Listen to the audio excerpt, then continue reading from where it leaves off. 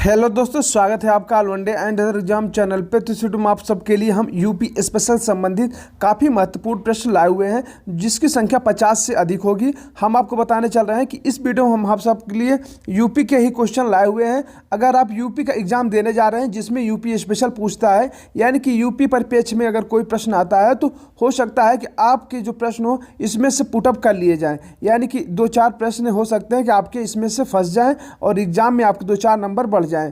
ठीक है, तो हम पूरी कोशिश किए हैं कि अच्छे अच्छे क्वेश्चन डाले जाएं जो अक्सर परीक्षा में पूछे जाते हैं। और अगर आपको लग रहे हैं कि आपको ये वीडियो अच्छी लगे तो हमारे चैनल को आप सब्सक्राइब कर लीजिएगा। अगर वीडियो पसंद आए लाइक भी कर दीजिएगा, अपने दोस्तों के साथ शेयर भी कर दीजिएगा, क्योंकि जितना ज़्यादा व्यू आता है, लाइक आता है, तो हमारा मनोबल बढ़ता है वीडियो बनाने के लिए। तो हम वीडियो बनाते हैं आप सबके लिए। ठीक है, इसमें मेहनत लगती है। अगर आप सबको अच्छा लगे तो कमेंट्स में हमें आप करके बताएं। ये हमारा पहला पार्ट होगा जो 50 प्रश्न से अधिक दिया गया है। अगर आप चाहते हैं तो सेकंड पार्ट भी हम आपका थर्ड पार्ट, फोर्थ पार्ट, इसका कम से कम हम 6-7 पार्ट बनाएंगे। ठीक है, जो महत्वपूर्ण प्रश्न है, जैसे कि आप UP police, UP SI, railway या एसएससी, यूपी ट्रिपल कोई भी एग्जाम देते हैं, अगर यूपी संबंधित प्रश्न आता है तो हो सकता है इसमें आपका प्रश्न 2-4 प्रश्न पुटअप होंगे। ठीक दोस्तों, तो चलिए ज़्यादा बात ना करते हुए हम लोग वीडियो शुरू करते हैं। अगर अच्छा लगे तो लाइक करें, शेयर करें, सब्सक्राइब करें। लाल बटन को दबाएं और सब्सक्राइब करें हमारे इस YouTube चैनल को, और इस बगल वाली घंटी को बजा दीजिए और हमारे चैनल से आप जुड़े रहिए और लगातार नए नए लेटेस्ट वीडियो पाते रहिए। मैं वन लाइनर प्रश्न लाया हुआ हूँ, मैं वह विकल्पी नहीं दे रहा हूँ इसमें, यानी कि ऑब्जेक्टिव टाइप का प्रश्न नहीं है। मैं सीधे से प्रश्न बोलूँगा, इसका उत्तर बताऊँगा, आप इसका मिलान कर लीजिएगा। 1-2 बार इस वीडियो को देख लेंगे तो याद हो जाएगा। ये कोई बहुत ज़्यादा कठिन प्रश्न नहीं दिया गया है। ठीक है, ये नॉर्मल प्रश्न है और आप सबके अगर याद रख लेंगे तो 1-2 प्रश्न पक्का फंसेगा। ठीक है, तो आप देखिए इसमें लिखा है, पहला प्रश्न आप सबके लिए, राज्य में जिला योजना समिति का गठन कब किया गया था? यानी कि यूपी में जो जिला योजना समिति का गठन है वह पूछ रहा है कब किया गया था, तो यह 1999 में किया गया था।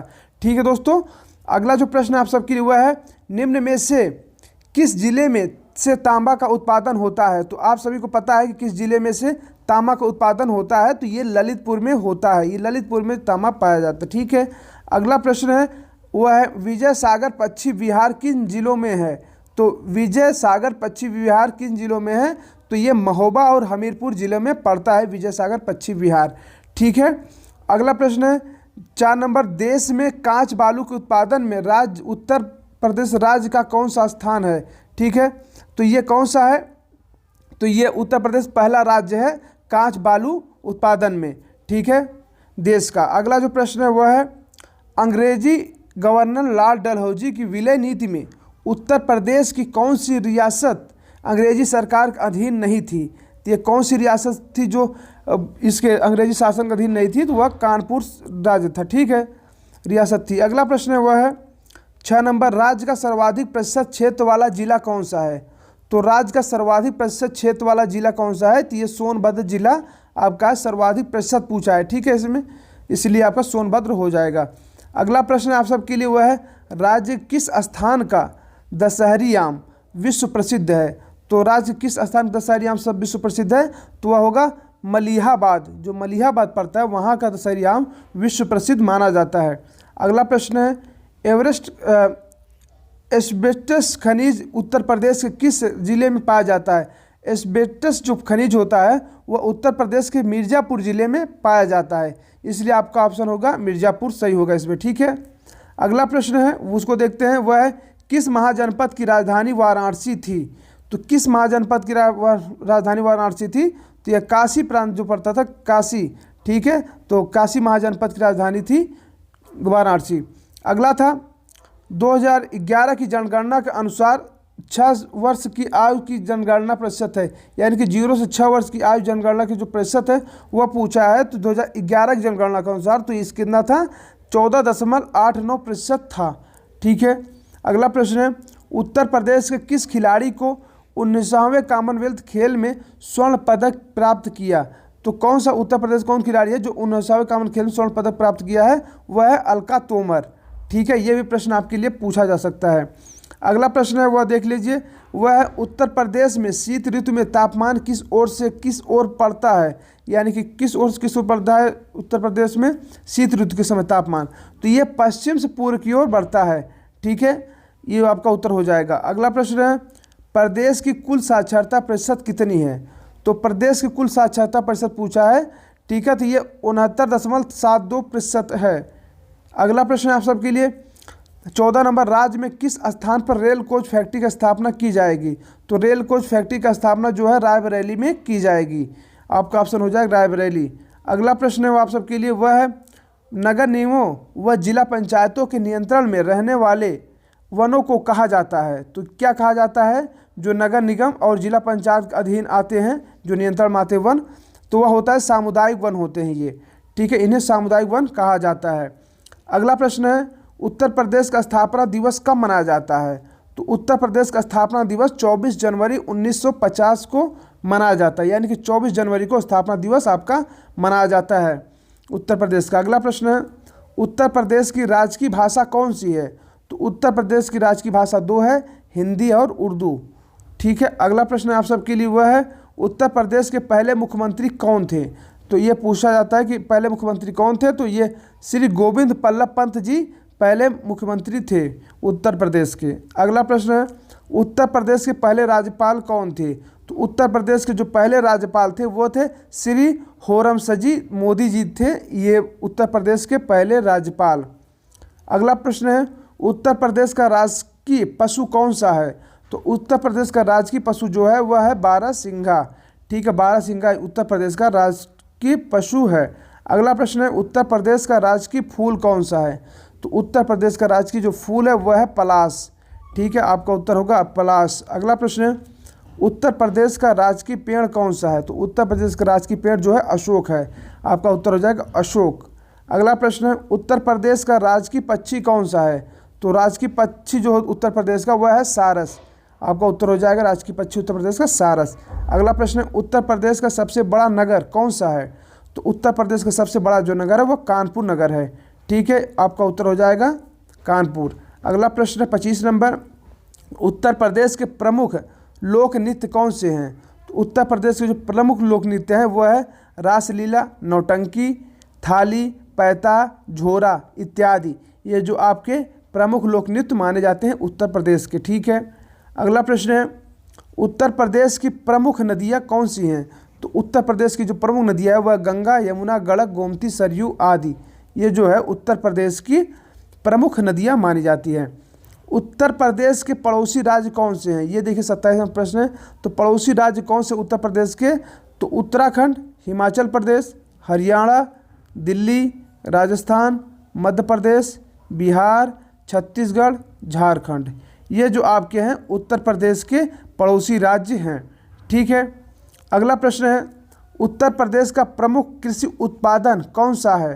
तो उत्तर प्रदेश का जो प्रमुख कृषि उत्पादन है वह आलू है, तिलहन है, गन्ना है, गेहूं है, चावल है, कपास है, चना है, मटर है, ये सब चीज़ें जो है प्रमुख उत्पादन फसलों में आती हैं उत्तर प्रदेश की। अगला प्रश्न है उत्तर प्रदेश के प्रमुख पर्यटक स्थल कौन से हैं? तो पर्यटक स्थल में जो हैं वाराणसी हो गया, इलाहाबाद हो गया, यानी कि जो इलाहाबाद अब प्रयागराज हो गया है, ठीक है, प्रयागराज, अयोध्या, मथुरा, ताजमहल, लाल किला, आगरा, ये जो आपके हैं ये प्रमुख पर्यटन स्थल माने जाते हैं, ठीक है। ये जो लाल किला आगरा है ये अकबर द्वारा बनवाया गया था, ये दिल्ली वाला आप मत समझिएगा, ठीक है। अगला प्रश्न आप सबके लिए है ये है उत्तर प्रदेश के प्रमुख उद्योग कौन से हैं? तो उत्तर प्रदेश जो प्रमुख उद्योग है वह है चीनी उद्योग, चूड़ी उद्योग, चमड़ा उद्योग और साइकिल उद्योग, ये इत्यादि जो हैं आपके प्रमुख उद्योगों में आते हैं, ठीक है, ये मुख्य उद्योग थे, इसको मैंने बता दिया। अगला प्रश्न है उत्तर प्रदेश में जिलों की संख्या कितनी है? तो उत्तर प्रदेश में जो नॉर्मल क्वेश्चन 75 जिले हैं, ठीक है। उत्तर प्रदेश लोकसभा की सीट पूछा है, तो ये उत्तर प्रदेश जो लोकसभा की सीटें हैं वो 80 सीटें हैं लोकसभा की, और उत्तर प्रदेश में जो राज्यसभा की सीटें हैं वह आपकी 31 सीटें हैं राज्यसभा की सीटें, ठीक है। अगला जो प्रश्न है आप सबके लिए वह है प्रथम भारतीय शहर जहां देश के प्रथम दीनदयाल हस्तकला सर्कुल व्यापार सुविधा केंद्र और शिल्प संग्रहालय की स्थापना की गई, तो कहाँ पर है ये वाराणसी में किया गया है, ठीक है। ये बहुत महत्वपूर्ण प्रश्न है, कृपया इसको याद रखें, ठीक है दोस्तों। और चैनल अगर आपको वीडियो पसंद आ रही है तो लाइक कर दें, वीडियो को शेयर कर दें, सब्सक्राइब कर दें। अगर आप ऐसी वीडियो और चाहते हैं तो कमेंट्स में हमें बताएं। ये हमारा आपका पहला पार्ट होगा। अगर आप कमेंट अच्छे आएंगे और चाहेंगे तो आपको सेकंड पार्ट भी बनाया जाएगा। अब आपको देखिए अगला जो प्रश्न आप सबकी वो दिखाता हूँ। 35 नंबर वह है, उत्तर प्रदेश में विकेंद्रित जिला नियोजन की शुरुआत कब हुई थी? तो उत्तर प्रदेश में विकेंद्रित जिला नियोजन की शुरुआत हुई थी, वह हुई थी 1982-83 में। ठीक है, अगला प्रश्न है, उत्तर प्रदेश राज्य को कितने आर्थिक क्षेत्र में बांटा गया है? तो आर्थिक जोन में कितने इकोनॉमिक जोन में बांटा गया है? तो ये 4 इकोनॉमिक जोन में बांटा गया, यानी कि 4 आर्थिक क्षेत्र में बांटा गया है उत्तर प्रदेश को। ठीक है, आपका उत्तर हो जाएगा। अगला प्रश्न है 37 नंबर, राज्य सरकार का सबसे पुराना इंजीनियरिंग कॉलेज कहाँ पर है? जो राज्य सरकार का सबसे पुराना इंजीनियरिंग कॉलेज है वह आगरा में स्थित है, इसलिए आपका उत्तर हो जाएगा आगरा। अगला प्रश्न आप सभी के लिए वह है, जिला नियोजन के अधिकतम सदस्य कितने हो सकते हैं? तो जिला नियोजन जो अधिकतम सदस्य हो सकते हैं वो 40, इसलिए आपका उत्तर हो जाएगा 40। अगला प्रश्न है, भारत कला भवन कहाँ पर स्थित है? तो भारत कला भवन जो स्थित है वह वाराणसी में स्थित है, आपका उत्तर हो जाएगा वाराणसी, भारत कला भवन। अगला प्रश्न है, उत्तर प्रदेश की कौन सी जिले में सोलर ऊर्जा प्लांट की शुरुआत की गई है?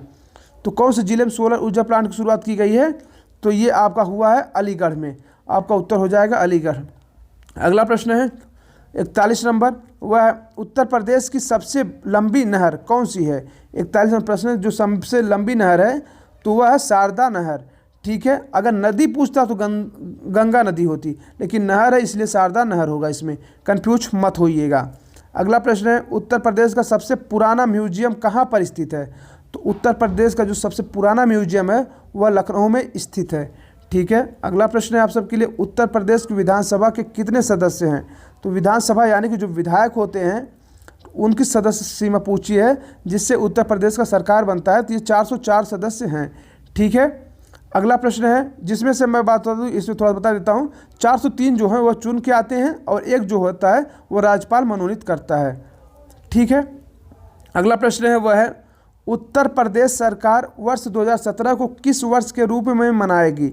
जो 2017 है उसको किस वर्ष में मनाती है या मनाएगी, आप समझ सकते हैं जो मना रही है, तो यह गरीब कल्याण वर्ष के रूप में मनाया जा रहा है 2017 को। ठीक है, अगला प्रश्न है, उत्तर प्रदेश और उत्तराखंड का विभाजन कब हुआ था?